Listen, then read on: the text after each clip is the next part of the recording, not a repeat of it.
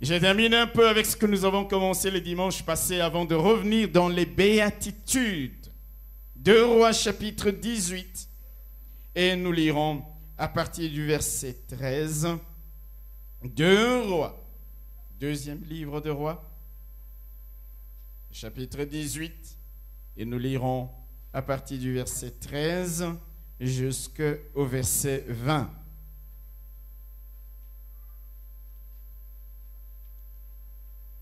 2 Rois, chapitre 18, versets 13 à 20. La 14e année du roi Ézéchias. Sennacherib, roi d'Assyrie, monta contre toutes les villes fortes de Juda et s'en empara. Ézéchias, roi de Juda, envoya dire au roi d'Assyrie à Lachis, « J'ai commis une faute. Éloigne-toi de moi. Ce que tu m'imposeras, je le supporterai. » Et le roi d'Assyrie imposa à Ézéchias. Oh Seigneur, il imposa à Ézéchias. Parce qu'Ézéchias lui-même avait dit, c'est que tu m'imposeras. Fais attention à ce qui sort de ta bouche. Ce que tu m'imposeras, je les supporterai. Et le roi d'Assyrie imposa à Ézéchias, roi de Juda, 300 talents d'argent et 30 talents d'or. Ézéchias donna tout l'argent qui se trouvait dans la maison de l'Éternel et dans les trésors de la maison du roi. Ce fut alors qu'Ézéchias, roi de Juda, enleva pour les livrer au roi d'Assyrie les lames d'or dont il avait couvert les portes et les linteaux du temple. Le roi d'Assyrie envoya des Lachis à Jérusalem vers le roi Ézéchias, Tartan, Rabsaris et Rabshakeh avec une puissante armée. Ils montèrent et ils arrivèrent à Jérusalem. Lorsqu'ils furent montés et arrivés, ils s'arrêtèrent à l'aqueduc de l'étang supérieur sur le chemin du champ du Foulon. Ils appelèrent le roi, et Eliakim, fils de Hilkia, chef de la maison du roi, se rendit auprès d'eux avec Shebna, le secrétaire, et Joach, fils d'Asa, l'archiviste. Rabshakeh, le chef de la délégation donc, du roi d'Assyrie, leur dit, dites à Ézéchias, ainsi parle le grand roi, le roi d'Assyrie. Quelle est cette confiance sur laquelle tu t'appuies? Tu as dit, il faut pour la guerre de la prudence et de la force. Mais ce ne sont que des paroles en l'air. En qui donc as-tu placé ta confiance pour t'être révolté contre moi? Amen. Amen. Le thème de notre message de ce matin, je l'ai intitulé « Briser le joug de la servitude ». Briser le joug de la servitude. Il faut que quelqu'un ce matin comprenne ce message parce que je sais que quelqu'un se lèvera et dira « Je dois briser le joug de la servitude ». Il faut que certaines choses, il faut que ça change, il faut que ça s'arrête. Alléluia. Je l'ai dit le dimanche passé, nous avons parlé de Sennacherib, ce roi d'Assyrie qui était venu assiéger les villes fortes de Juda dans l'intention de s'en emparer. C'est ce que nous avons lu le dimanche passé dans 2 Chroniques au chapitre 32. Mais ici, lorsque nous lisons dans 2 Rois, on nous dit que le roi d'Assyrie était venu à partir du verset 13e à la 14e année contre toutes les villes fortes de Juda et il s'en était emparé. Quelqu'un m'a dit, pasteur, il y a comme une contradiction Ici, on dit avec l'intention de s'en emparer, mais dans Roi, on dit il s'en était emparé. Il faut que je vous explique. Alléluia. Donc, il est venu. Si nous nous référons à ce que nous avons dit le dimanche passé, il est venu camper, assiéger Juda, le royaume de Juda, sur lequel régnait Ézéchias, devant les villes fortes de Juda, avec l'intention de s'en emparer. C'est ce que nous avons dit le dimanche passé. Mais avant de s'en emparer, vous savez ce qu'il avait fait? Il avait d'abord envoyé une délégation au roi Ézéchias en lui disant: écoute, je t'envoie des gens qui vont parler avec toi. Ces gens sont arrivés. Alléluia. Les envoyés des Sentchérib se sont employés à intimider, à menacer, à décourager Ézéchias, son peuple et son armée. Il les exhortait à ne pas se battre parce que leur armée était puissante. Il leur disait non, laissez tomber, rendez-vous, capitulez, parce que de toute façon nous allons vous écraser comme nous avons écrasé d'autres armées. Ça, c'est ce que nous avons dit le dimanche passé. La situation était humainement impossible pour Ézéchias. Son armée, l'armée de Juda, était fragile. L'armée de Juda ne pouvait pas faire le poids face à l'armée de Sentchérib, à l'armée du roi d'Assyrie. Mais ce qui est impossible aux hommes est possible à Dieu. Même lorsque nous sommes poids plumes, lorsque nous nous associons Dieu, nous devenons des poids lourds. Alléluia. La situation était grave. Nous allons revenir à ce qui est arrivé.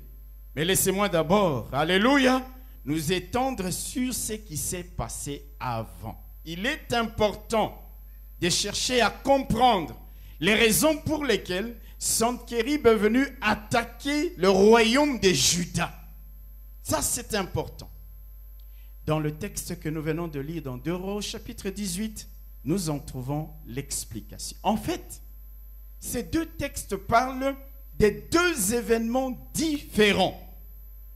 Sentchérib, le roi d'Assyrie, n'est pas venu attaquer Juda une seule fois. Non. Alléluia. Sentchérib avait déjà envahi le royaume de Juda une première fois. Il était déjà venu une première fois et envahir le royaume de Juda et prendre toutes les villes fortes. En ce moment-là, Sentchérib accompagnait son père qui régnait sur la Syrie, son père Sargon, et Sentchérib était le chef des armées, de toutes les armées du royaume d'Assyrie. Il était venu avec son père comme général des armées. Certains textes de l'histoire nous disent qu'il régnait presque déjà avec son père. Il est venu donc, ils sont venus la première année devant Ézéchias, la première fois devant Ézéchias, et Ézéchias a vu la multitude de l'armée de Sentchérib. Il a vu la puissance de l'armée de Sentchérib. Et il a dit, pitié, s'il vous plaît, ne m'envahissez pas. Imposez-moi tout ce que vous voulez, je paierai. Faites tout ce que vous voulez, je paierai. Mais s'il vous plaît, ne m'attaquez pas. Et cette première fois-là, Sentchérib avec son père Sargon ont dit, très bien, messieurs Ézéchias. Nous n'allons pas t'attaquer, mais nous allons t'imposer, conformément à tes paroles, un lourd tribut. Tu vas commencer à nous payer un impôt très cher. Je parle à quelqu'un. Tu vas nous payer un impôt très cher. Ézéchias, roi de Juda, envoya dit, j'ai commis une faute. Vous savez, quand vous tremblez devant votre ennemi, il gagne du terrain sur vous.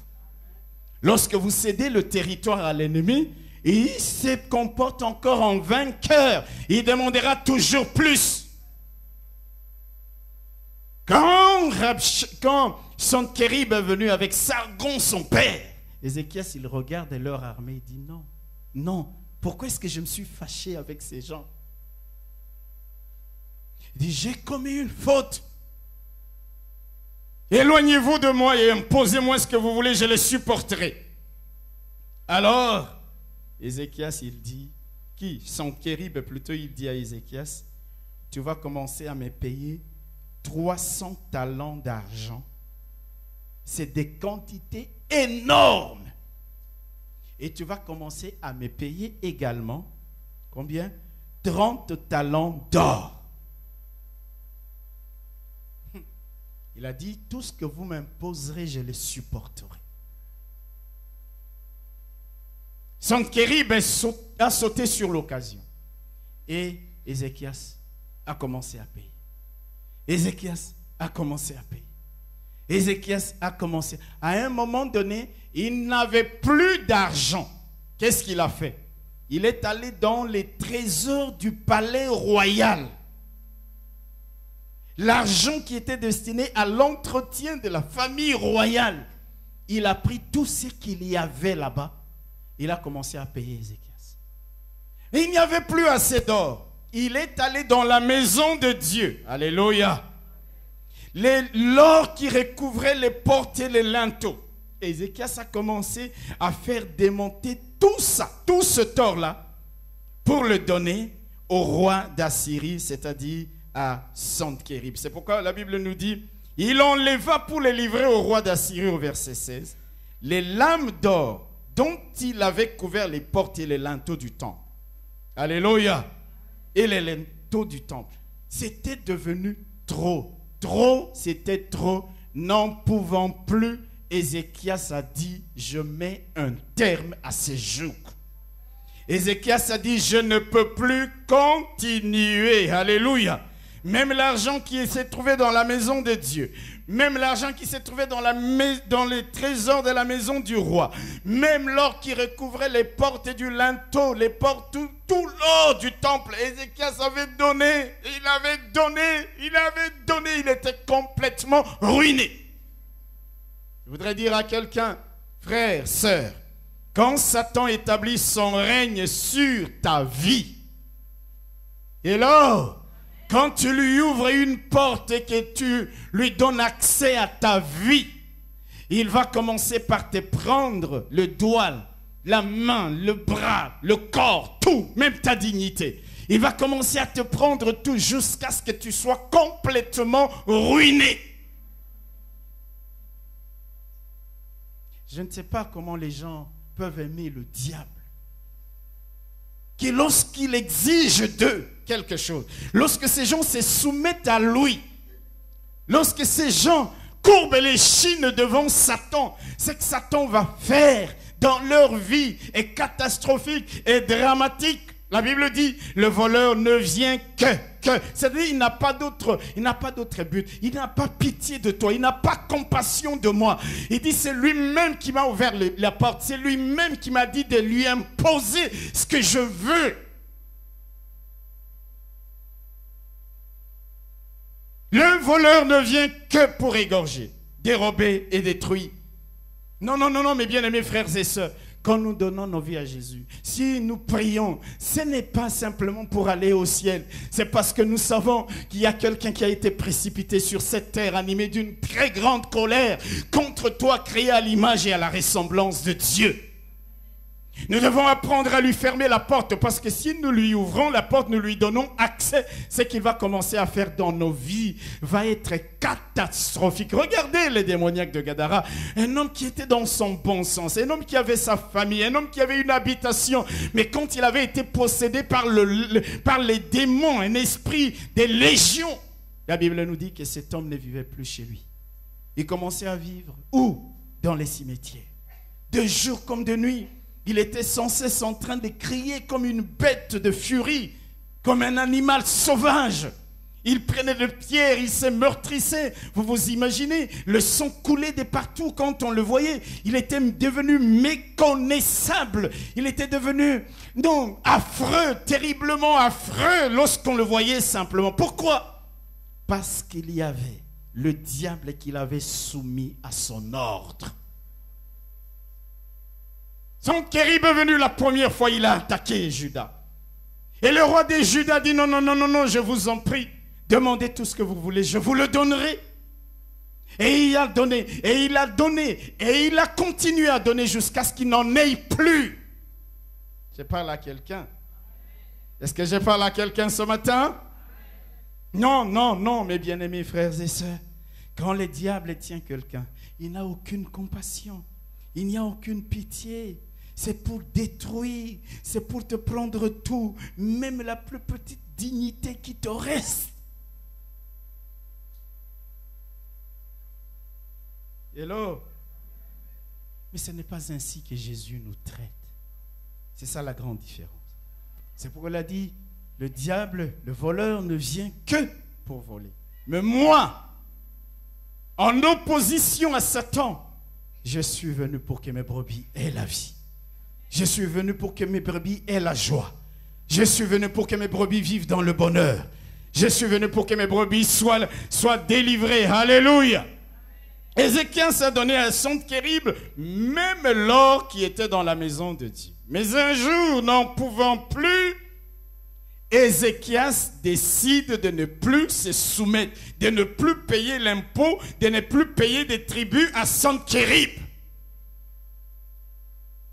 Un jour, Ézéchias, il dit non, assez, c'est assez. Je décide maintenant de briser le joug de la servitude. Ézéchias entend ça et dit, quoi? Tu ne me connais pas, tu ne sais pas ce qui s'est passé la première fois. Pourquoi? Sur qui tu t'appuies? Quelle est cette confiance pour que tu te rebelles contre moi? Est-ce que tu t'es appuyé avec les Égyptiens? Tu t'es associé avec telle autre nation? Mais demande ces nations-là, comment je les ai écrasées, comment je les ai brisées, comment je les ai anéanties? D'où te vient cette confiance pour que tu te rebelles contre moi? Et là, nous sommes dans la deuxième invasion. C'est parce qu'à un moment donné, Ézéchias a dit, assez, c'est assez. Trop, c'est trop. Je dois briser le joug de la servitude. Alléluia. Alors Ézéchias décide donc un jour. Il dit, je ne vais plus payer des tribus à Sennachérib, le roi d'Assyrie. Le roi d'Assyrie prend ça comme un affront, comme une insulte. Il ne peut pas tolérer ça. Ézéchias et Juda doivent être punis.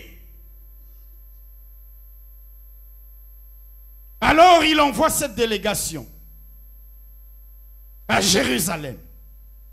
Il envoie Rabshakeh et Rabsaris. Il dit, allez dire à Ézéchias, ça ne vaut pas la peine. Est-ce qu'il a oublié ce qu'il a connu avant? Comment je l'ai traité avant? Allez lui dire que son armée ne peut pas tenir face à mon armée. Allez lui dire de capituler. Allez lui dire de céder. Allez lui dire de laisser les choses dans l'état, dans l'ordre où elles étaient avant qu'il ne se révolte contre moi. C'est pourquoi au verset 20, il dit, Rabshakeh, il dit, tu as dit, il faut pour la guerre de la prudence et de la force. Il dit, Ézéchias, tu veux faire la guerre? Il faut de la prudence et de la force. Tu n'en as pas. Tu n'en as pas. Tu n'en as pas. Ce sont des paroles en l'air. Tu n'en as pas. En qui donc as-tu placé ta confiance pour t'être révolté contre moi? Voyez, le texte que nous venons de lire parle des deux événements qui se sont passés à deux périodes très différentes. Du verset 13 jusqu'au verset 16e, c'était la première invasion au cours de laquelle Ézéchias avait courbé l'échine et payé, et payé, et payé. À partir du verset 17e, Ézéchias dit, non, j'arrête, je cesse, je brise le joug, je ne vais plus continuer à payer. Alors, étonné, Sennachérib lui envoie la délégation pour dire, monsieur, tu dis, la guerre, tu cherches la guerre, il faut être prudent. Tu cherches la guerre, mais il faut être fort. Tu cherches la guerre, mais il faut avoir une armée. Mais tu n'as rien de tout ça. Fais que les choses restent dans l'ordre ancien. Parce que je vais écraser ton armée. Parce que je vais détruire ton peuple. Il les menace, il les intimide. Alléluia. Ce que Sennachérib ne sait pas. J'aime quand nous réservons des surprises à Satan. Parce que Satan fait des faux calculs. Alléluia. Satan peut se tromper. Sennachérib était littéralement en train de se tromper. Et il se disait, je les ai écrasés la première fois. Et ils ont payé un tribut. Ils se sont soumis à moi. cette deuxième fois, je ferai exactement la même chose. Mais je veux d'abord les prévenir. Je veux d'abord négocier. Ils ne peuvent pas me résister. Il était en train de faire de faux calculs. Le diable se trompe. Il n'y a que notre Dieu qui ne se trompe pas. Je voudrais dire à quelqu'un, le diable va aussi se tromper à ton sujet. Il croit que les échecs que tu as toujours connus parce qu'il a toujours marché sur toi, demain il continuera toujours à marcher sur toi. Il ne sait pas. Il peut faire de faux calculs. Il n'y a que Dieu dont les calculs sont toujours exacts. Il n'y a que Dieu dont les prévisions sont toujours exactes. Est-ce que je parle à quelqu'un? Ézéchias se rébelle contre Sennachérib. Sennachérib est étonné. Il dit quoi? Il a oublié. Il a oublié ce que je lui ai fait hier. C'est que Sennachérib ne savait pas dans l'entretemps, c'était quoi? C'est que, Ézéchias avait tiré les leçons de la première invasion. Pourquoi il avait connu l'échec? 2, Ézéchias, fort des leçons qu'il avait tirées, il avait entrepris des grandes réformes dans son royaume et dans sa propre vie pour s'attirer la faveur de Dieu. Est-ce que je parle à quelqu'un?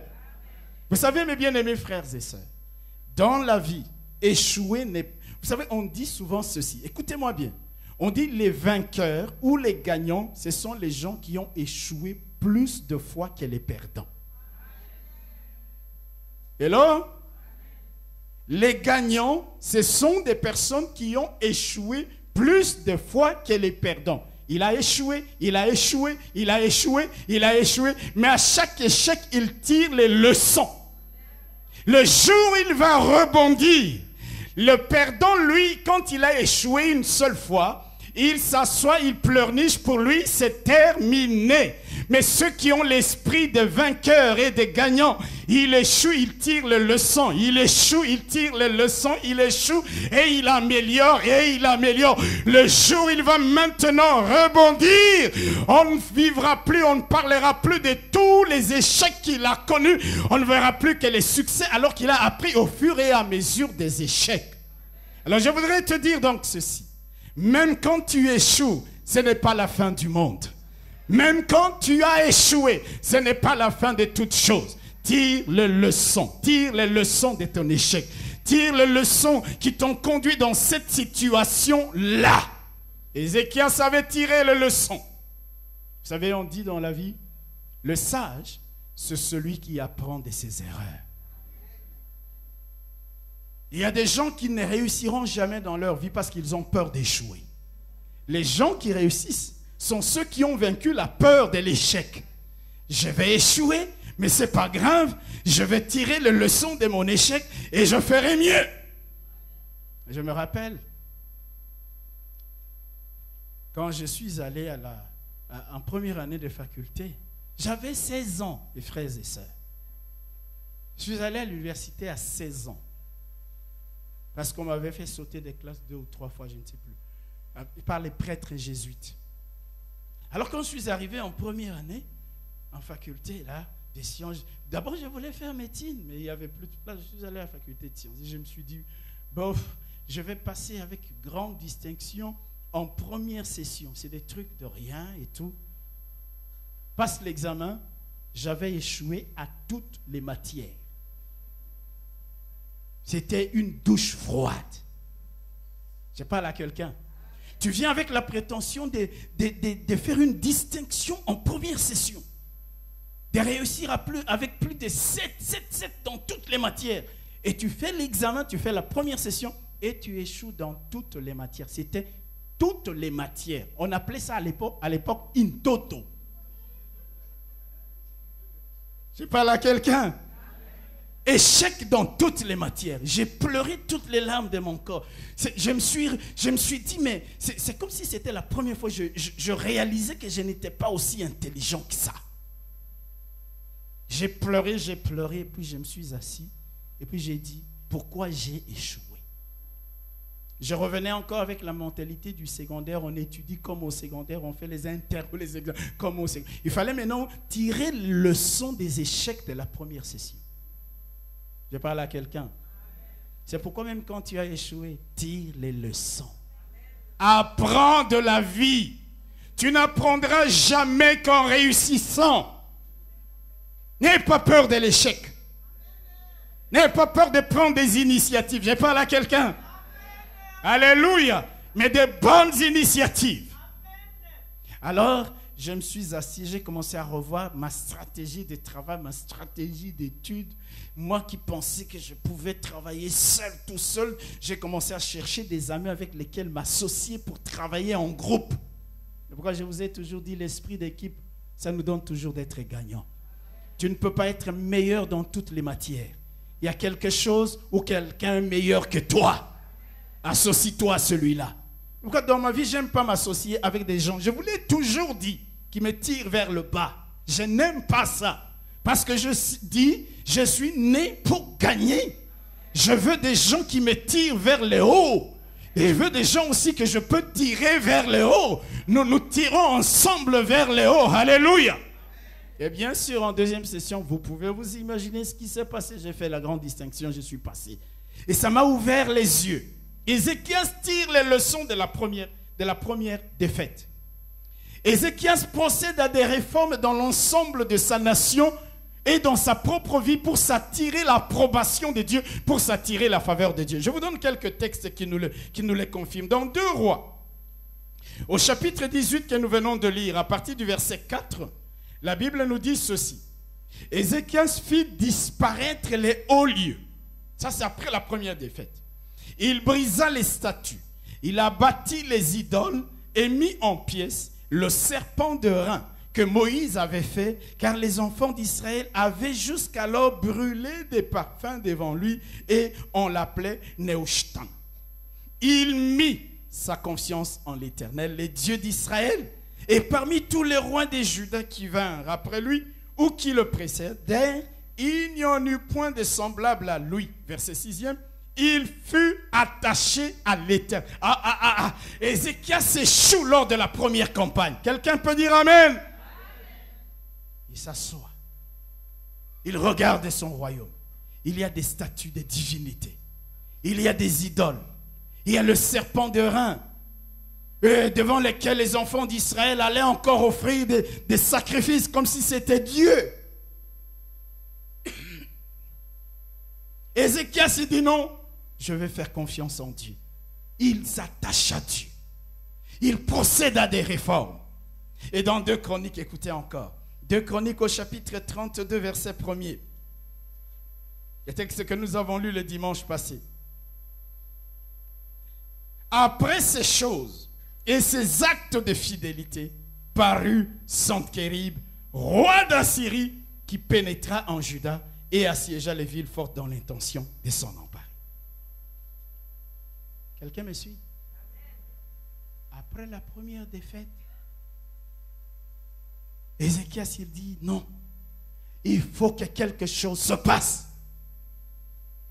Il met de l'ordre dans le royaume. Lisez bien 2 Chroniques 31 et le reste. Il place sa confiance en Dieu, il se tourne vers Dieu. Il avait compris que ce n'est pas la royauté qui lui assurait le succès. Ce n'est pas l'argent qui allait lui assurer le succès. Mes frères et sœurs, les gens parfois, nous nous trompons. Quand tu as un peu d'argent, tu crois que Dieu, ça ne vaut plus la peine.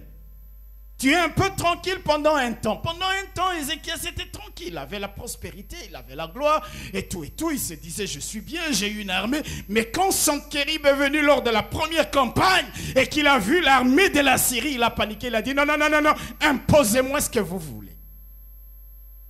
Et après ça, après avoir été mis à genoux par Sennachérib, il dit, non, je dois me tourner vers Dieu. Dites Amen. Je dois mettre ma confiance non pas dans mon armée, non pas dans mes richesses, non pas dans ce que je possède. Je dois mettre ma confiance en Dieu. Je dois me rapprocher de Dieu. Je dois m'attacher à Dieu. Il met des réformes dans son royaume. C'est pourquoi la Bible nous dit, après ces choses et ces actes de fidélité, parut Sennachérib. Dans l'entretemps, Ézéchias s'est rébellé. Il a dit, je ne paye plus. Sennachérib, il vient, il ne sait pas que les choses ont changé. Il dit, tu brises le joug de la servitude, mais je vais écraser ton royaume. Je vais te détruire. Il menace Ézéchias. Il menace le royaume de Juda. Il les intimide. Mais en ce moment-là, il ne sait pas que la donne avait changé parce qu'Ézéchias avait déjà placé sa confiance en l'Éternel. Ézéchias n'est plus intimidé. Ézéchias ne panique pas. Ézéchias ne tremble pas parce que quelque chose s'était passé dans sa relation avec Dieu. Il dit, je brise le joug, je m'insurge contre l'ordre ancien qui a été établi par le roi Sennachérib. Maintenant, je suis sous un ordre nouveau. Tu peux m'intimider, tu peux dire tout ce que tu veux. Rien de tout cela ne me fera céder. Je ne vais plus courber les chines devant toi comme la première fois. J'amènerai la lettre des menaces et des insultes devant le Dieu avec lequel j'ai traité une nouvelle alliance.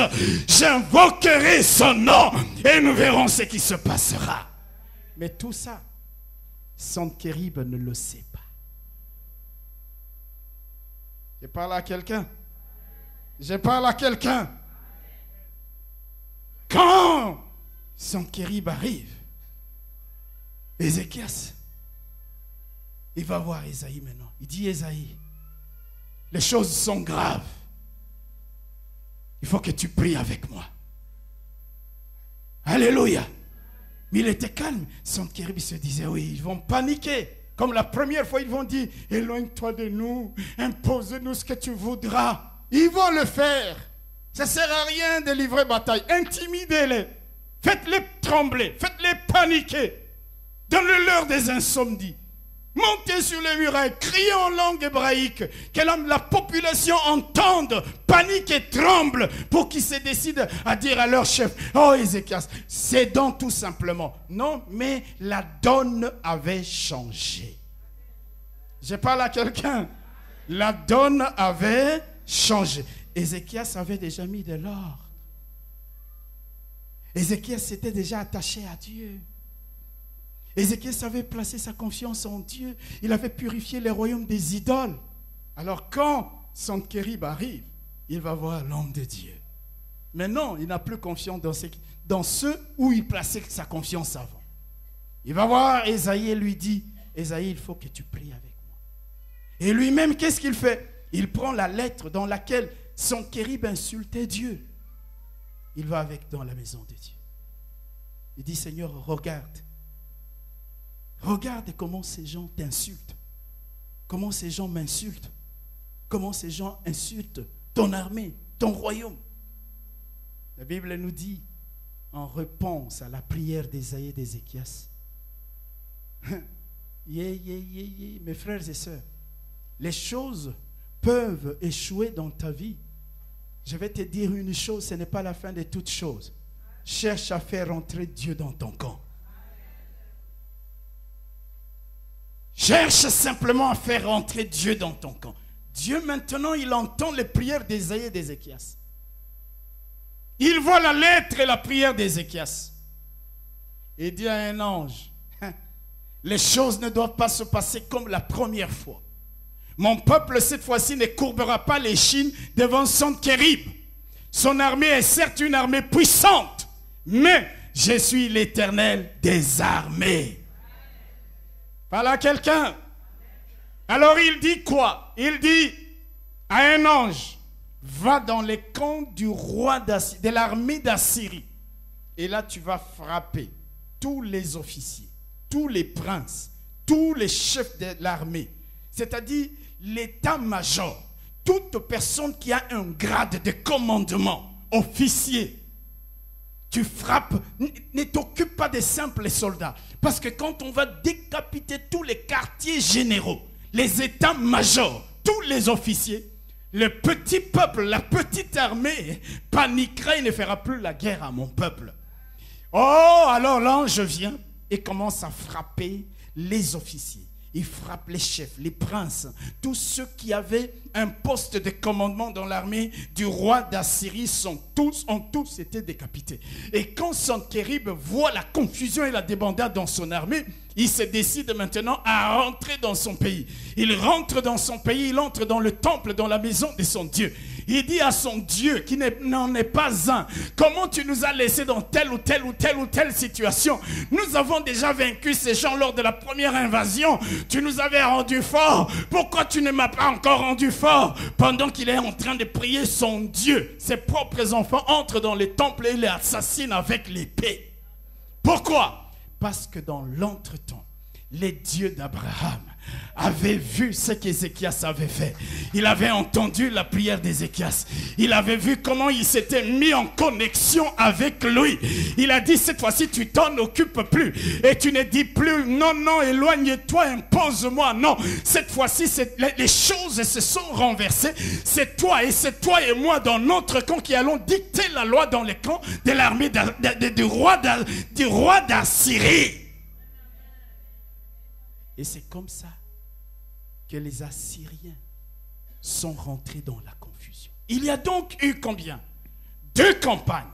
La première, où Ézéchias. Et vous pouvez entrer rapidement. Donnez-leur une petite place quickly. Alléluia.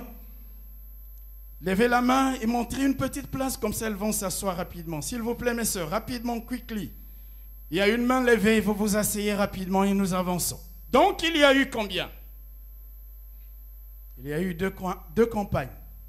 Est-ce que quelqu'un me suit? La première campagne, Ézéchias a fait quoi? Il a perdu. Il s'est laissé dominer. Mais après, il a tiré les leçons. Lors de la deuxième campagne, maintenant les choses ont... Frères et sœurs, quand Dieu entre dans la partie, quand Dieu entre dans une partie, les choses changent. Même là où nous avons échoué avant, la réussite est au rendez-vous. C'est pourquoi je vous le répète, une fois que vous échouez dans la vie, ce n'est pas la fin de toute chose.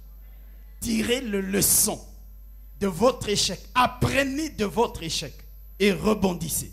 C'est ce qu'on appelle en psychologie de la résilience, c'est-à-dire la capacité à rebondir. Vous savez, comme je vous l'ai dit, quand je dis à certaines personnes, je n'échoue pas, ils croient que c'est de la prétention, ils croient que c'est de la présomption. Je ne suis pas né, moi, votre pasteur, pour échouer, je suis né pour gagner. Et pourquoi? Parce que même quand j'échoue, je tire les leçons, j'apprends, j'améliore pour sauter encore plus fort. C'est ce qu'on appelle la capacité de la résilience.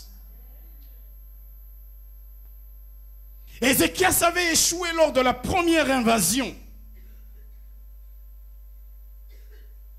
Il y a des gens, quand il a échoué, il est complètement abattu et il croit que toute sa vie, les échecs vont se répéter. Non, assis-toi et regarde pourquoi tu as échoué. Quand j'étais à ma dernière année de licence, je travaillais sur un élément radioactif, le molybdène. Il fallait l'irradier pour obtenir le technétium. Le frère Pierrot connaît bien ces choses-là. Et mon directeur de mémoire, il me laisse travailler pendant 6 mois. Et puis après 6 mois, il me dit, rendez-vous pour qu'on discute, que je vois les travaux. J'avais écrit presque déjà 200 pages. J'ai travaillé en ce moment-là, comme j'étais stagiaire au Centre régional d'études nucléaires de Kinshasa. Je lui amène mon travail, il le regarde, il lit, et puis il me dit, c'est très bien, j'ai vraiment deux choses à te dire, la bonne et la mauvaise. J'ai dit, commence par où tu veux. Il dit, la bonne chose que tu as faite, tu as bien travaillé, c'est un travail formidable. Mais la deuxième chose, la mauvaise, c'est que tu es hors sujet. Quelqu'un peut dire amen? Il me dit, tu es hors sujet.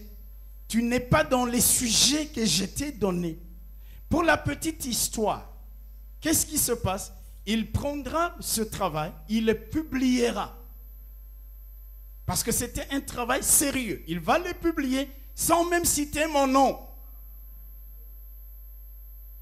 Et c'est comme ça que ma dernière année de licence, je l'ai faite en 2 ans. Je me suis assis pour dire, quels étaient les sujets, qu'est-ce qu'il voulait. Parce que moi je veux, mais c'est que le directeur de la thèse veut.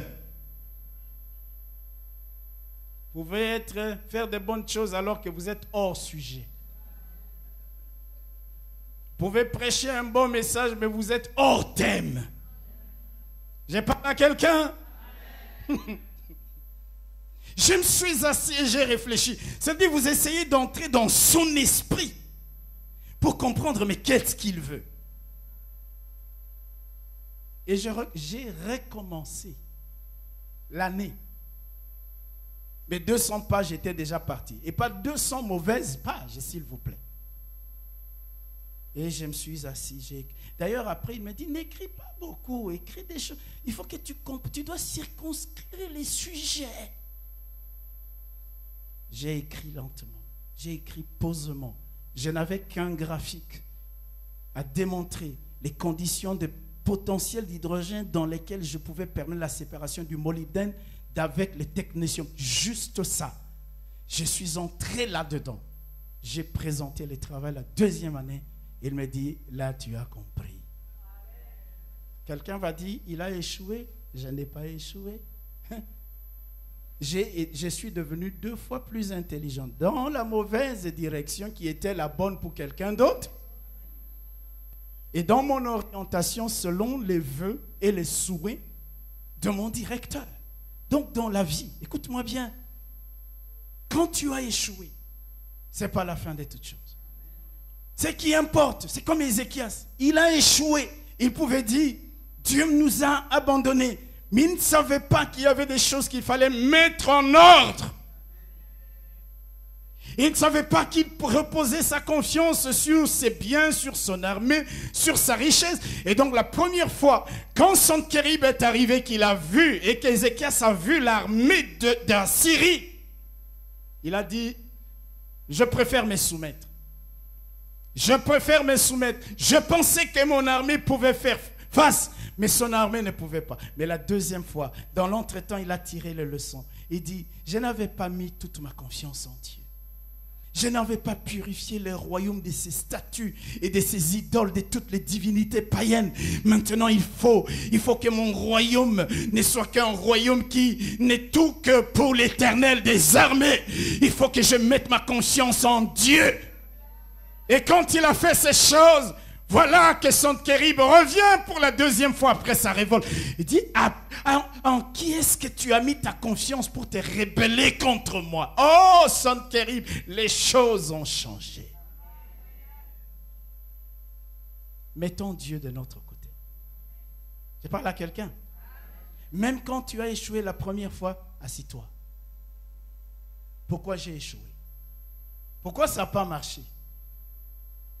Celui qui a inventé la lumière a essayé 999 fois. Il n'a pas réussi à fabriquer l'ampoule à incandescence. La 1000e fois, il a réussi. Quand on lui a dit, tu as échoué 999 fois, il dit, non, je n'ai pas échoué 999 fois. J'ai fait 999 essais. Et la 1000e fois, ça a réussi. Quand les païens peuvent être persévérés, endurants même dans l'échec, je me demande pourquoi nous, les chrétiens, chaque fois que nous sommes dans une situation d'échec, nous sommes abattus. Nous sommes découragés. Alléluia. Je parle à quelqu'un? Je parle à quelqu'un. Pourquoi je vous parle de la psychologie? La résilience, la capacité à rebondir. Il faut que même quand on dit il n'y a plus rien pour lui, c'est comme ça que l'on disait à propos de David. Plus de salut pour lui. C'est fini. Il dit, mais toi, Éternel, tu es ma gloire. Parce que je rebondirai. Je rebondirai. Nous voulons d'une génération d'hommes et de femmes qui savent rebondir. même quand ils ont échoué, même quand ils ont travaillé toute la nuit sans rien prendre, ils se disent, est-ce que le Seigneur était de la partie? Oh Dieu, nous voulons t'associer désormais.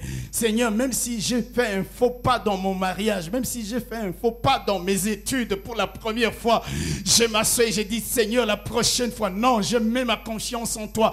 Non, Seigneur, tu marches avec moi comme partenaire, comme associé.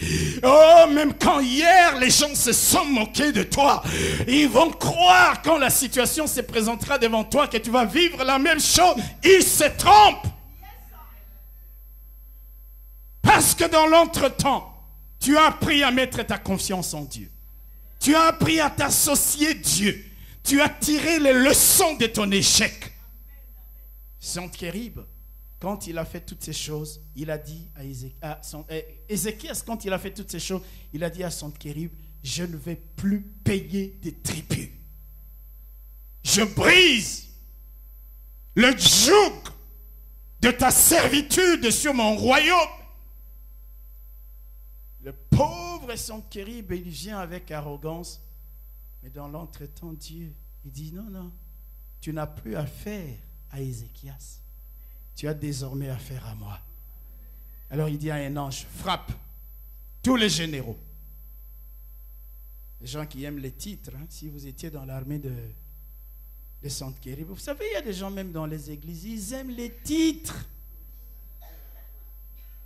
Ils aiment les titres comme pas possible. Ils aiment être connus, vus. Je vais vous dire une chose, je n'ai pas besoin d'être connu, d'être vu par les hommes. Dieu me connaît. Et les démons me connaissent. Vous savez, si vous n'êtes pas connu des démons, il y a un problème. Vous devez aussi être connu des démons. Parce que les démons ont dit, nous connaissons Paul, nous connaissons Jésus, mais vous, nous ne vous connaissons pas. C'est qu'il y a des chrétiens qui sont recherchés en enfer, mais d'autres ont dit, ah, laisse un faux chrétien. Il est tout content d'être connu par Dieu. Moi, le Seigneur me connaît. Moi, le Seigneur me connaît très bien. Mais les vrais chrétiens sont ceux qui sont aussi connus par le diable. Il dit à ses agents, quand vous avez affaire à un tel, faites gaffe, parce qu'il est dangereux. Et pourquoi ils ont dit, vous là, vous, le fils d'Élie là, du sacrificateur, on ne vous connaît pas. On ne nous a pas donné des instructions vous concernant. Vous n'êtes rien. D'ailleurs, la preuve, on va vous tabasser maintenant. Il y a des gens qui aiment les titres, qui aiment être vus, qui aiment être connus. Ils font tout pour ça. Oh, sois calme. Le Seigneur te connaît. Et si Dieu te connaît, alléluia, alléluia. D'ailleurs, regardez les stars de ce monde. Ils sont connus pour un temps. Et puis après, au bout de quelques années, on les a oubliés. Leur histoire s'arrête. Il y en a même qui sombrent dans la drogue. Mais ton histoire et mon histoire ne s'arrêteront pas. Parce que nous sommes connus du Dieu éternel. Et nos noms sont écrits dans le livre éternel, dans le livre de vie. Alléluia! Et nous régnerons éternellement dans la gloire et dans la félicité avec notre Dieu. Alors pourquoi je vais chercher simplement à être connu des hommes? Non, non, non, non. Je cherche d'abord à être connu de Dieu. Je cherche d'abord à avoir une relation personnelle, profonde, sérieuse avec Dieu. Je ne veux pas être superficiel. Quand Ézéchias a arrangé les choses et que Sennacherib est venu, il avait déjà rallié Dieu à sa cause. Amen. Excusez-moi. Mes frères et sœurs, cherchons l'approbation de Dieu. Mettons de l'ordre dans nos vies. Mettons de l'ordre dans notre relation avec Dieu.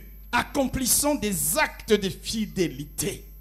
Et quand les choses se présenteront devant nous, même si elles semblent désespérées, nous avons un Dieu auprès duquel nous pouvons prier, invoquer, chercher son secours et il interviendra. Il a frappé tous les officiers. Et puis, Sennacherib est rentré. Il y a des gens qui rentreront dans la confusion après être venus t'attaquer. Je prophétise. Il y a des gens, ils vont rentrer dans la confusion après t'avoir attaqué. Il y a des gens qui vont aller mourir après. Ils t'ont attaqué, ils n'ont pas réussi, ils vont mourir. Il y a des gens, je prophétise. Ce n'est pas moi qui le dis, ce n'est pas moi qui le veux, c'est la parole de Dieu. Ils te feront la guerre. Ils viendront te faire la guerre. Ils diront, il n'y a plus de salut pour toi. Dans ma vie, j'ai vu des gens qui ont pronostiqué, qui ont prophétisé, qui ont dit, c'est terminé. C'est terminé pour lui. Mes bien-aimés frères et sœurs, c'est terminé pour son église. Mes bien-aimés frères et sœurs, ce n'est pas un homme qui tient la destinée de qui que ce soit entre ses mains. C'est le Dieu que tu invoques. C'est le Dieu que nous cherchons. Et je vais te dire, tant que ce Dieu décide de te faire grâce, les hommes ne pourront pas annuler la grâce de Dieu. Même les puissants de ce monde ne pourront rien contre la grâce de Dieu. Et le Seigneur te dira, ma grâce te suffit, car ma puissance s'accomplira dans ta faiblesse. C'est pourquoi j'aime ce Dieu-là.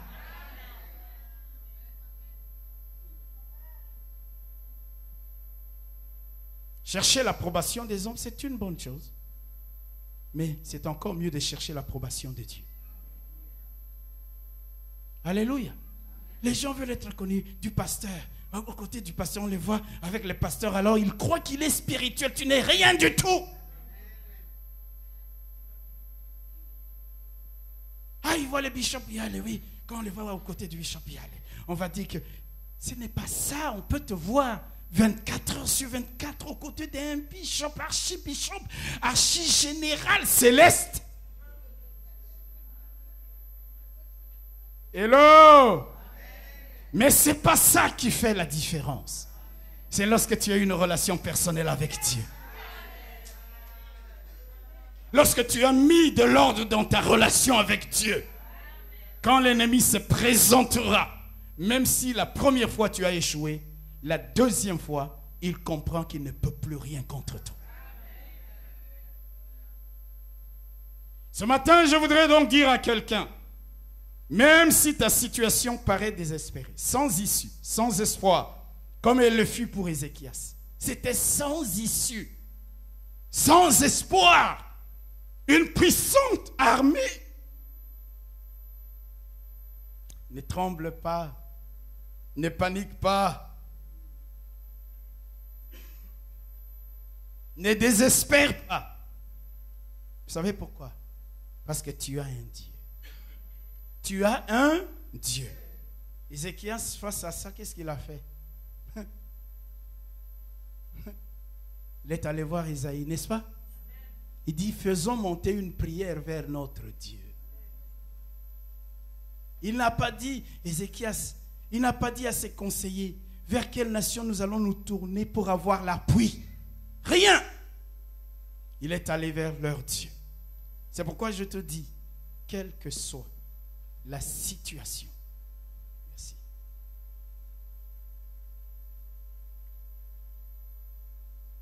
Excusez-moi, vous savez, j'ai été très malade toute la semaine.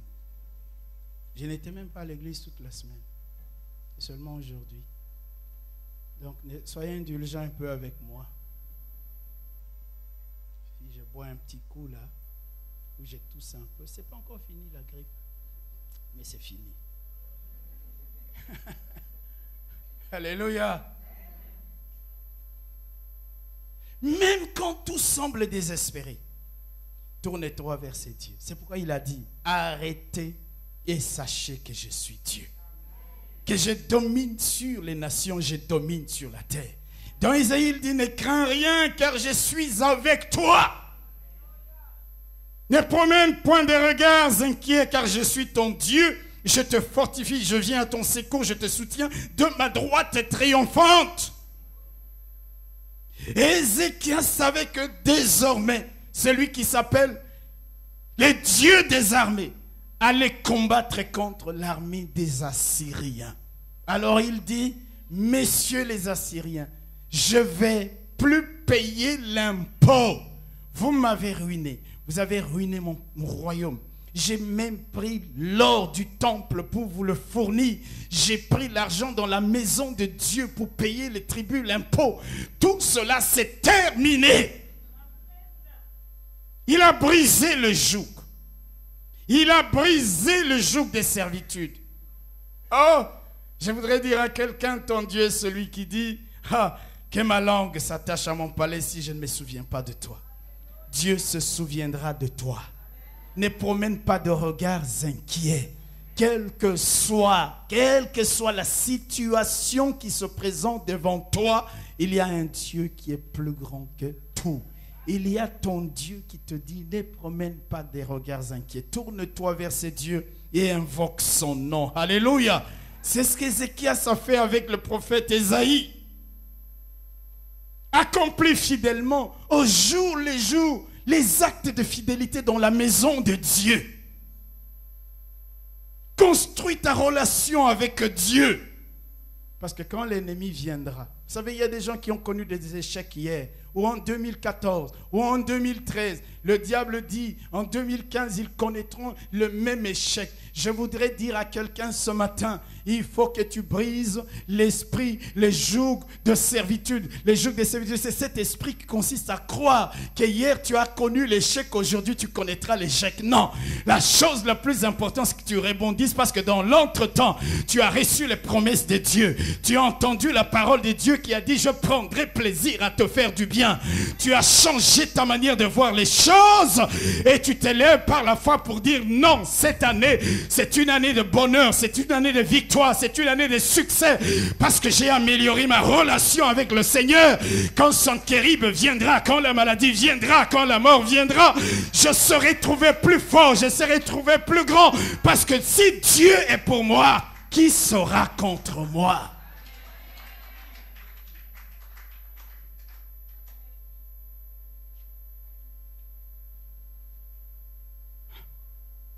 Soyons connectés à Dieu. Vous savez, dans les églises, beaucoup de gens que nous voyons là, ils sont connectés à tout sauf à Dieu. Il y en a qui viennent pour qu'on les voie. Comment ils sont habillés. Il y en a qui viennent pour des motivations de toute nature. Oh, si tu viens pour chercher la bénédiction, c'est légitime. Si tu viens pour chercher la victoire, c'est légitime.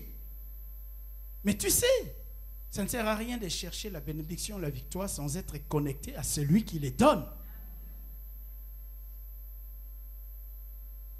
Vous vous rappelez de l'histoire de ces 3 jeunes filles qu'un homme voulait épouser, un homme voulait se marier, et puis il y avait 3 jeunes filles. Ils voulaient vraiment faire le choix. Il dit à la première, c'était un grand diamantaire, riche et tout. Il dit à la première, demande-moi un cadeau, n'importe lequel. Je vais te le donner. Alors l'autre, elle réfléchit, elle demande un gros diamant avec combien de carats, je n'en sais combien. Il dit, il n'y a pas de problème, vas-y. Demande à la deuxième demande, je ne sais pas, une grosse quantité d'argent. La troisième le regarde et dit, moi, tout ce que je veux, ce n'est pas les diamants, ce n'est pas l'argent. C'est pas l'or. Il dit, mais quoi? Il dit, toi. Parce que quand j'ai tout le reste. Les 2 autres sont partis avec un gros caillou, avec de l'argent, mais sans mari. La troisième est partie et avec le mari. Quelqu'un peut dire amen? Souvent, c'est ce que nous faisons. On veut la grosse pierre. On veut la bénédiction. Mais c'est bien tout ça. Vous allez me dire, pasteur, c'est légitime. Oui, c'est légitime. Mais il y a encore mieux. Celui qui donne au-delà de ce que tu peux penser, de ce que tu peux imaginer. Celui qui donne plus que ce que tu n'attends.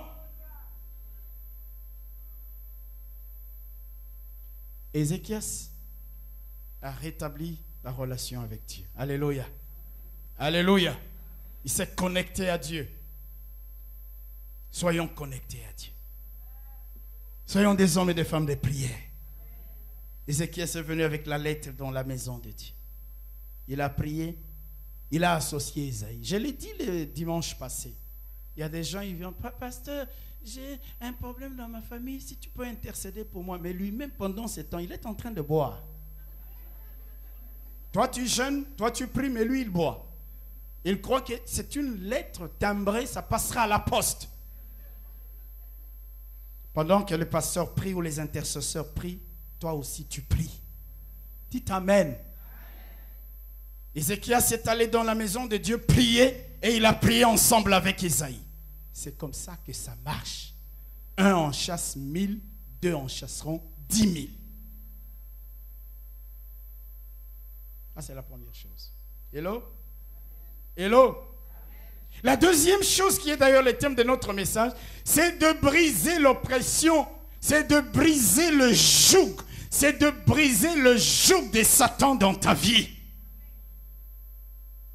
Avant que Dieu n'intervienne en faveur d'Ézéchias, il a fallu quoi? Il a fallu qu'Ézéchias lui-même pose un acte de foi. Ce n'est pas Dieu qui est venu lui dire, Ézéchias, il y a une deuxième campagne militaire des Assyriens qui se prépare contre toi. Quand ils viendront, dis-leur que tu ne payes plus l'impôt. Ou lève-toi et dis à Sankérib, tu ne veux plus payer l'impôt de jadis. Non. Il y a des choses dans ta vie. Laisse-moi te le dire. Alléluia. Il faut d'abord que toi-même tu sentes le dégoût de la situation. Que tu te révoltes contre l'ordre dans lequel tu vis. Que tu prennes une décision de faire le contraire de ce que Satan veut que tu fasses. De ce que Satan veut que tu dises. De ce que Satan veut que tu crois. Mais tu te lèves et tu dis non, assez, c'est assez. Avant que Dieu n'intervienne en faveur d'Ézéchias, qu'il aille frapper tous les officiers de l'armée assyrienne, il a fallu d'abord qu'Ézéchias lui-même prenne la décision de se révolter contre Sankérib. C'est ce qu'on appelle le pas de la foi. Oh, tu crois, mon frère, tu es assis à ta place, la manne tombera du ciel, Dieu fera tout. Dieu attend que tu fasses le pas de la foi. Les 4 lépreux qui étaient aux portes de Samarie se sont dit non, mais nous allons mourir de faim ici. Si nous restons ici, nous mourrons de faim. Allons nous jeter dans les camps des Syriens. Mais quand ils ont fait le pas de la foi, quand ils se sont dirigés vers les camps des Syriens, la Bible dit que Dieu a fait entendre un bruit de chars. Il a fallu d'abord que ces gens posent le pas de la foi pour que Dieu ajoute à leur pas de la foi sa gloire. C'est pourquoi il y a beaucoup de gens qui diront je n'ai pas vu la main de Dieu, je n'ai pas vu le miracle de Dieu, mais ils sont toujours sur place, jamais posé un acte de foi. Si Pierre n'était jamais sorti de la barque, il n'aurait pas compris que notre Dieu est un Dieu qui inverse les lois des fluides. Oh, il n'aurait jamais marché sur l'eau. Les autres lui disaient non mais reste, mais il a dit il faut que je sorte parce que j'ai entendu la voix de Jésus me dire viens. Vous savez, le pas de la foi suppose aussi certains risques. Ça suppose quoi? Sortir de ta zone de confort. Tu es habitué à ta petite vie, là, tous les jours, tu tournes, tu tournes. Tu es bien dans cette petite vie. Pour marcher sur l'eau, il faut sortir de la barque. Ézéchias regarde sa condition, sa situation, et il a le dégoût. Il a le dégoût de ce qu'il vit. Je parle à quelqu'un. Il sent. Et puis il décide de prendre les choses en main. Jusque-là, c'est Ézéchias. Dieu n'est pas encore intervenu. C'est ce qu'on appelle le pas de la foi. Il décide de briser le joug de la domination assyrienne. Il décide de se rebeller. Il décide de ne plus payer l'impôt. Un impôt inique, ruineux, injuste. Frère, sœur, il est temps de regarder ta situation. Alléluia. Et que tu dises à Satan, je te résiste. Ça suffit. Je brise ton joug de dessus ma vie. Je brise ton joug de dessus la vie des membres de ma famille. Je ne veux plus accomplir tes 4 volontés. Je ne veux plus me soumettre à la loi inique que tu m'imposes. La loi de Satan sur ta vie, c'est une loi d'échec, c'est une loi de défaite, c'est une loi de maladie, c'est une loi de souffrance, c'est une loi de misère. Et à un moment donné, non, tu regardes à ça et tu te lèves par la foi pour dire non. Je brise le joug de la servitude. Je mets fin à la domination de Satan dans ma vie. Alléluia. Ce n'est plus le temps. Vous savez, nous perdons beaucoup de temps à nous apitoyer sur notre propre sort. On est un gars vraiment, moi, un gars et tout, et china, tout ça. C'est une perte de temps. Tu pleurniches. Tu te plains partout. Tu trembles, tu paniques, tu es intimidé par l'ennemi, par ses menaces. Dieu va venir vers toi dès l'instant où tu feras le pas de la foi en disant, je brise le joug de la solitude, de la servitude. Je brise toutes les formes d'alliances et de pactes, quels qu'ils soient, qui ont été contractés parce que ma vie doit changer, parce que je n'ai des comptes à rendre qu'à mon Dieu. Tu dois prendre ta vie en main. Ok? Vous savez, beaucoup de chrétiens veulent que Dieu prenne leur vie en main. Prends-la en main, hein? Décide-toi de t'élever, sollicite l'aide de Dieu. Comme ça, j'ai dit aux étudiants, vous allez à l'école et vous dites, Seigneur, donne-moi de réussir à l'examen de demain. Tu vas échouer à l'examen de demain. Parce que tu n'as pas compris les principes de Dieu. Tu dois travailler et solliciter l'aide de Dieu. Vous savez, je le disais aux jeunes gens lors de la réunion, j'ai jamais fait un examen. Quand j'ai connu le Seigneur, on distribue le fait d'examen, je commence à résoudre. Dès que je prenais ma copie d'examen, moquez-vous de moi, dites tout ce que vous voulez par la suite, je m'enferme, je me mets à prier. Je prie avant l'examen. J'ouvre la copie d'examen, je commence à travailler. Je travaille avec l'aide du Seigneur. Alléluia. Mais parce que déjà j'ai travaillé. Mais vous savez, vous pouvez avoir travaillé et puis vous arrivez à l'examen blackout. C'est pourquoi ne comptons jamais sur des choses qui sont aléatoires. Dieu n'est pas aléatoire. Dieu est assis sur son trône. Il règne. Tout peut s'ébranler. Les mers peuvent se soulever. Les eaux peuvent écumer. Les fonds des montagnes peuvent trembler. Dieu est paisiblement assis sur son trône, au-dessus de toute domination, de toute autorité. Et il contrôle toutes choses. Quand nous sommes connectés à lui, que nous avons fait notre part, les succès et la réussite sont au rendez-vous. Il faut qu'à un moment donné, tel que tu es là, non, tu dises à Sankérib, c'est terminé. J'ai assez payé. Alléluia. J'ai assez payé. Maintenant, je voudrais prendre ma vie en main. Maintenant, je voudrais associer Dieu. Je ne peux plus permettre au diable de continuer à régenter ma vie, à dicter sa loi, à imposer son règne. Non! C'est le jour pour dire, Satan, je mets fin à ta servitude sur ma vie, sur ma famille. Alléluia. Je brise le joug de ta servitude. Laissez-moi vous donner quelques raisons pour lesquelles il faut que tu sois motivé à briser le joug de la servitude. Vous savez, Sankérib faisait payer un impôt à Ézéchias et à Judas parce qu'ils étaient devenus comme ses esclaves. Toi et moi, écoute-moi bien, toi et moi, nous ne sommes esclaves de personne parce que nous avons été rachetés. La Bible dit, si le Fils de l'homme vous a franchi, vous devenez libres. Nous ne sommes pas esclaves de Satan.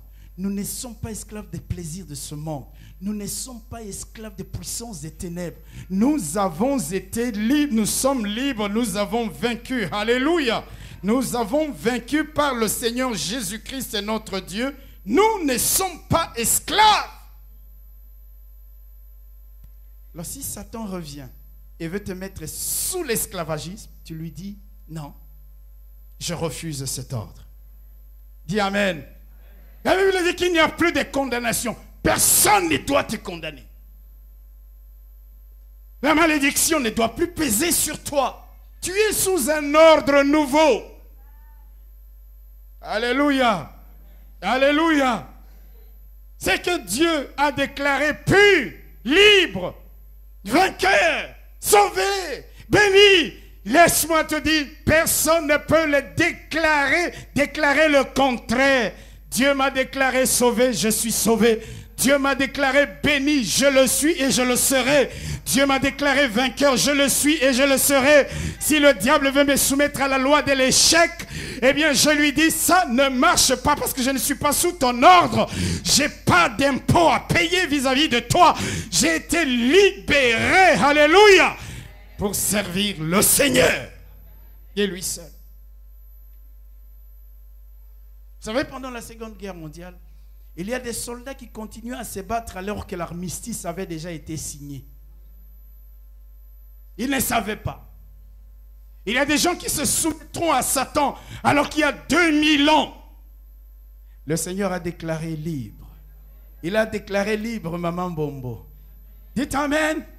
Il a déclaré libre le frère Fabrice. Il a déclaré libre le frère Emma. Maman Marie, tu es libre. Alléluia.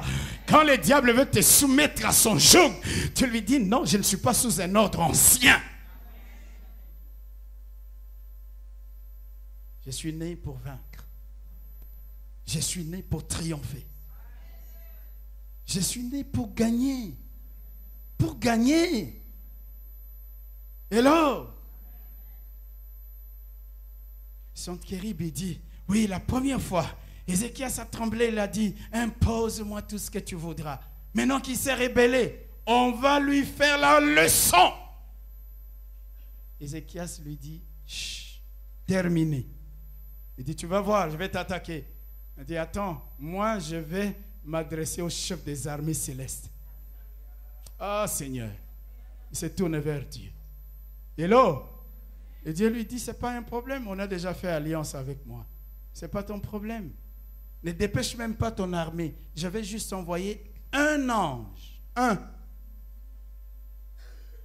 Dieu a tous les moyens, mes bien-aimés frères et sœurs. Il a dit, je vais envoyer un ange. Il n'en a pas envoyé des dizaines. Un. Et il dit, frappe. Rien que les officiers. Ces jours-là, même si certains étaient en train d'être dégradés, non, tu es encore officier.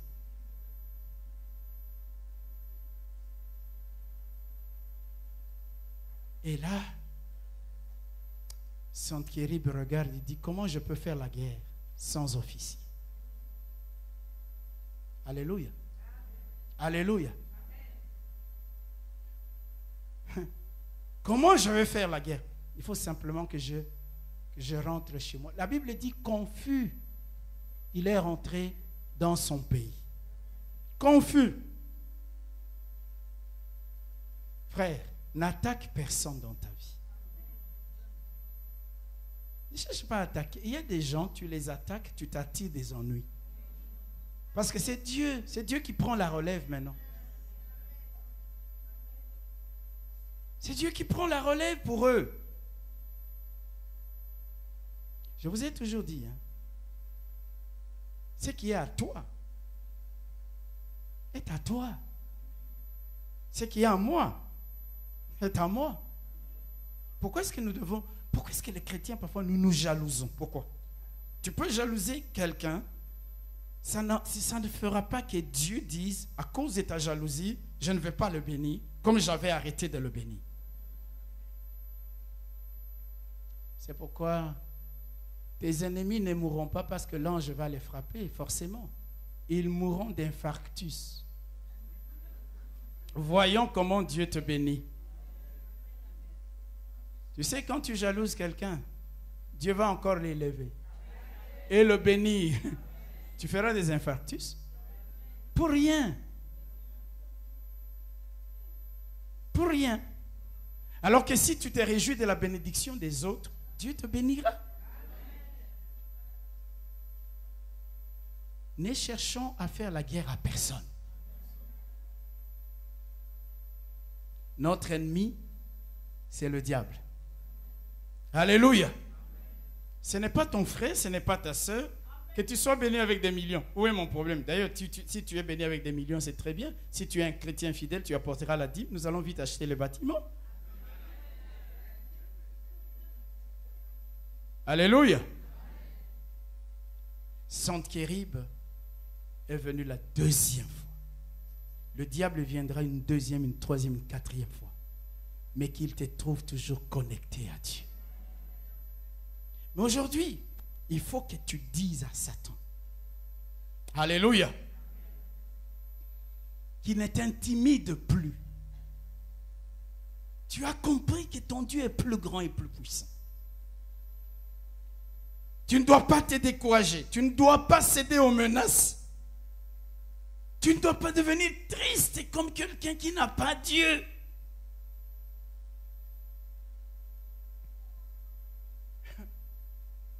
Frères et sœurs, on n'est pas chrétien que pour dire alléluia quand on a vu la main de Dieu. On est chrétien pour vivre calme. Hello.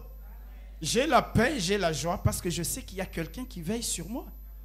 Mais c'est ça le bonheur. Quoi qu'il arrive de jour comme de nuit, je sais qu'il y a un Dieu qui veille sur moi.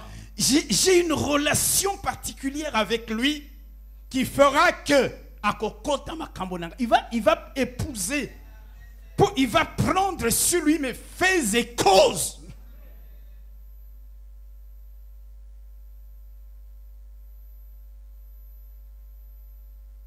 Oh, Sentkerib, il a été assassiné. Et par qui? Ses propres enfants. Alléluia. Quand le diable vient, tu lui diras, tu n'as rien contre moi. Et tu ne peux rien contre moi. L'ordre ancien est révolu. Ton règne, ta loi, ton autorité et ton pouvoir sur ma vie ont pris fin. Je ne te dois rien car Christ a déjà payé. Je suis sous un ordre nouveau. Je suis sous l'ordre de celui qui a annulé les ordonnances qui me condamnaient. Brisez le joug de la servitude. Sentez la misère de votre situation et arrêtez de vous complaire, de pleurnicher, mais levez-vous pour dire, Sentkerib, c'est terminé. Je ne paye plus l'impôt appelé chômage dans ma vie, misère dans ma vie. Maintenant, c'est le temps de la victoire. Maintenant, c'est le temps